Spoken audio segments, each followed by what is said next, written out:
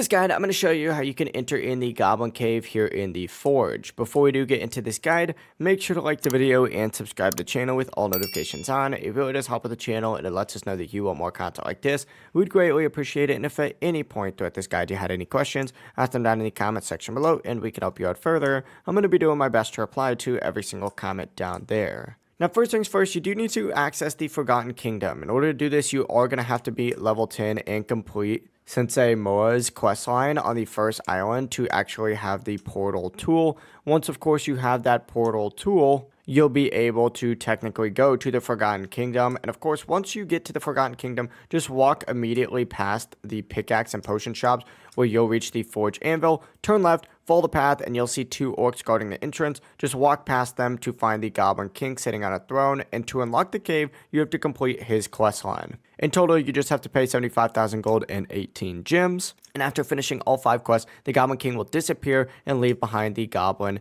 Cave key. Pick it up, go to the large stone door nearby, interact with it, and now you have access to the Goblin Cave. It really is as simple as that. If you guys had any questions, ask them down in the comment section below and we can help you out further. I'm going to be doing my best to reply to every single comment down there. Before you do leave this guide though, make sure to like the video and subscribe to the channel with all notifications on. It really does help the channel and it lets us know that you want more content like this. We'd greatly appreciate it. Have a great rest of your day though. Peace.